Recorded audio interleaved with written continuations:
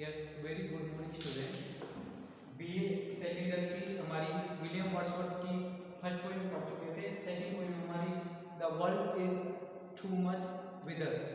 William Wordsworth जो कि एक नेचर पोएट है, इसकी से पोएम देखेंगे हम। The world is too much with us. तो देखो इसके अंदर क्या है। तो first of all we will read the introduction of the poem. This poem is one of the famous sonnet of the William Wordsworth. William Wordsworth का सबसे famous sonnet रहा है and he composed this poem in May 1806. 1806 में इस poem को compose किया गया था and it is an expression of his love and admiration of the object of the nature. जैसा कि विलियम वर्ड्सवर्थ एक नेचर पोएट है, तो इस पोएम के अंदर भी उसने नेचर के जो ऑब्जेक्ट हैं उनकी प्रशंसा की है, उनके बारे में बताया है।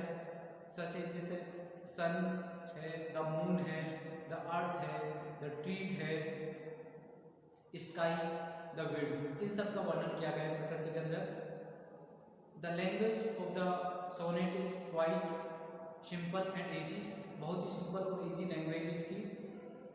He believed that, William Wordsworth ऐसा बिलीव करता है that the poetry ought to be written in the simplest language of the common people, कि जो पोइट्री है वो हमेशा जो सिंपल लोग हैं, जो कॉमन पीपल है, उनके लिए लिखी जानी चाहिए, उनकी भाषा में लिखी होनी चाहिए, so that they can easily understand the theme and the language of the poem. It is one of the most characteristics product of Wordsworth. और ये विलियम वर्ड्सवर्थ की पोएम्स की सबसे बड़ी विशेषता है कि उसने सिंपल कॉमन लोगों के लिए और सिंपल भाषा में पोएम्स को लिखा है। The poet and the modernist, the poem exist the love of the poet for paganism. देखो पैगनिज्म एक ऐसा युग था जिस समय लोग धर्म में विश्वास करते थे, एक दूसरे पर विश्वास करते थे, एक दूसरे से प्रेम से रहते थे। तो पोइट उसमें पैगनिज्म में जाना चाहता है, तो पैगनिज्म की बात करता है। तो in the beginning of the poem the poet is grieved not the people becoming more and more materialistic. हम देखते हैं कि जो आज के ज़माने में जो लोग हैं ज़्यादातर शहरी जीवन को अपनाते हुए जा रहे हैं, तो मटेरियलिस्टिक हो गए। तो पहला जो सैटायर पोएट ने उन्हीं के ऊपर कसा है कि हम मटेरियलिस्टिक होते जा रहे हैं। They have to love for the beauty of nature, बल्कि हमें क्या होना चाहिए, हमारी जो ब्यूटी है, जो नेचर की जो ब्यूटी है उसे प्रेम करना चाहिए, उसकी एडमायर करनी चाहिए, उसकी प्रशंसा करनी चाहिए। They devote their cool energy and एक्यूरेटिव वेल, क्योंकि एट प्रेजेंट हम देखें तो लोगों ने अपनी जो लाइफ का जो टाइम है वो सारा किस में वेस्ट कर रहे हैं, टू अर्न मनी, पैसे कमाने के लिए वो अपना सारा समय बर्बाद कर देते हैं। And they delight themselves in physical features pleasures. दूसरा, लोग अपने शारीरिक रूप से आनंद लेने के लिए जिन चीज़ों से हमें फिजिकल एंजॉयमेंट मिलता है उन चीज़ों में अपना ज़्यादा से ज़्यादा समय बर्बाद कर रहे हैं। They waste their time, money and energy in frivolous enjoyment, मतलब एक तुच्छ या शॉर्ट टाइम के लिए प्राप्त होने वाले आनंद को प्राप्त करने के लिए लोग अपना टाइम, अपनी मनी और अपनी एनर्जी सब कुछ वेस्ट कर रहे हैं। मतलब कि मटेरियलिस्टिक थिंग्स जो शॉर्ट टाइम के लिए हम जो आनंद देते हैं उन चीज़ों को प्राप्त करने के लिए आज के ज़माने में जो लोग हैं वो अपना समय बर्बाद करते जा रहे हैं और टाइम, मनी एंड एनर्जी तीनों ही चीज़ें अपनी वेस्ट कर रहे हैं।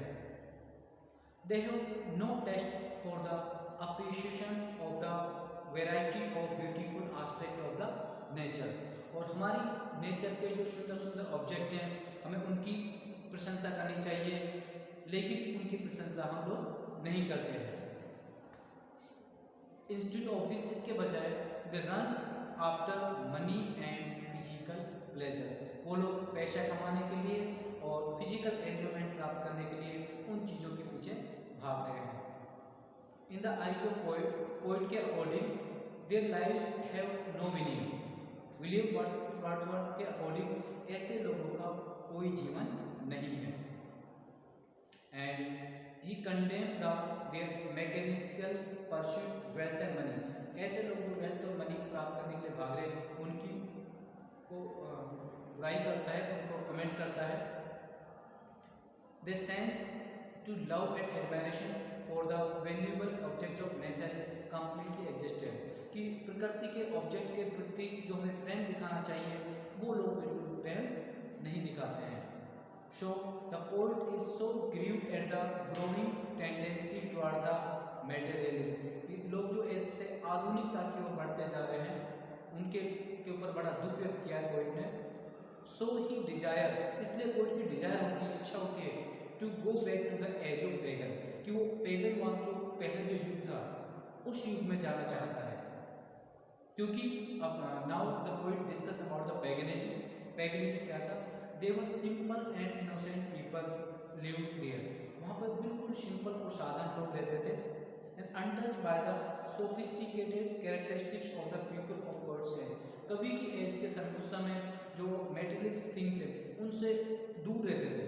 उस समय के व्हीकल्स वगैरह कुछ नहीं थे, तो ऐसा कोई एंटरटेनमेंट का कोई साधन नहीं था, तो प्रकृति की चीज़ों में ही वो पूरा आनंद लेते थे।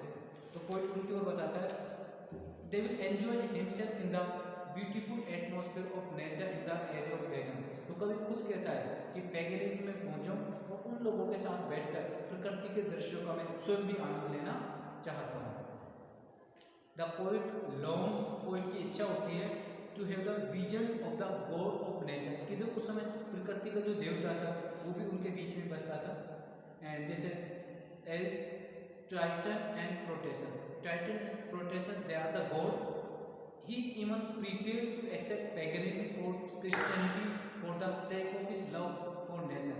देखो पोइट नेचर से इतना प्रेम करता था कि प्रकृति प्रेम के कारण कभी कहता है मैं खुद पेगनिज्म को एक्सेप्ट करने को तैयार हूँ, ताकि मैं उस समय पेगनिज्म में जाकर उन लोगों के बीच बैठकर वो जो ट्राइटन और जो प्रोटेस्ट जैसे गॉड है उनके साथ में बैठकर मैं प्रकृति के दृश्यों का आनंद ले सकूँ।